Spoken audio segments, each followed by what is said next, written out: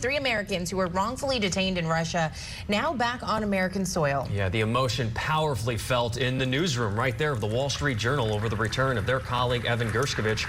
The Journal's editor-in-chief saying it is a joyous day for Evan's colleagues, along with the millions of Americans who offered their support throughout this whole ordeal. She expressed gratitude to President Biden and the administration for all it did in an effort to bring Evan and the other detainees back on the tarmac. The vice president and president highlighting the tireless efforts of American allies and the diplomats who helped make it all happen. I meant what I said. Alliances make a difference. They stepped up. They took a chance for us. It mattered a lot. So it's delighted they're home. This is just an extraordinary testament to the importance of having a president who understands the power of diplomacy. Scripps News anchor Alexa Liaco joins us now from our Atlanta newsroom with the latest on that prisoner exchange. Good morning, Alexa. Good morning. Well, this prisoner swap was the largest since the Cold War, a truly historic moment. It included 24 people in all, months of negotiations, and 7 different countries. The biggest wins for the U.S., of course, getting Paul Whelan and Evan Gershkovich home. Now, Paul Whelan, a former U.S. Marine, was wrongfully detained for 5 years. He was sentenced to 16 years for espionage.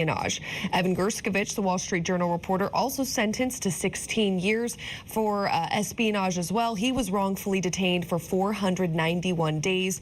Also released to the United States overnight, dual U.S.-Russian citizen Alsu Kara-Murza, another journalist who worked for U.S.-funded Radio Free Europe. She was sentenced on the same day as Gershkovich, and she was convicted of spreading false information about the Russian military, accusations, of course, that she and her employer have rejected. They all landed late last night. You can see them getting off the plane there in Maryland at Joint Base Andrews in an emotional reunion with their families. Here's what Paul Whelan had to say about landing on U.S. soil.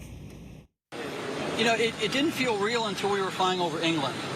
I'm a British citizen, Irish citizen, Canadian, and American. So as we came over England and I looked down, you know, that's when it became real. We flew over Ireland, then Canada, into America, and then I knew I was home.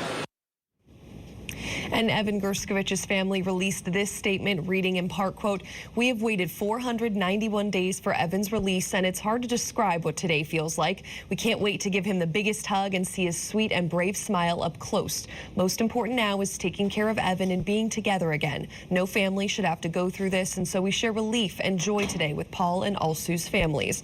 And President Biden said this was a tough negotiation to get done, and it could not have happened without help from other countries, freeing some high-profile Russian prisoners. Toughest call on this one for other countries, because I asked them to do some things that were against their immediate self-interest, and really very difficult for them to do, particularly Germany and Slovenia. Slovenia came in at the last minute, and I tell you what, the chancellor was incredible. He was incredible. The most infamous of the 8 people that Russia got back is Vadim Krasikov, who was convicted of murder in Germany in 2021, apparently on the orders of Moscow's security services. It also received 2 alleged sleeper agents who were jailed in Slovenia, 3 men charged by federal authorities in the U.S., and 2 men returned from Norway and Poland. And even though this was a historic political breakthrough, it's unclear if this swap will improve U.S.-Russia relations overall, or if this is the start of getting other Americans who are still wrongfully detained in Russia back home, including teacher Mark Fogel, musician Travis Leak, and U.S. soldier Gordon Black. Guys?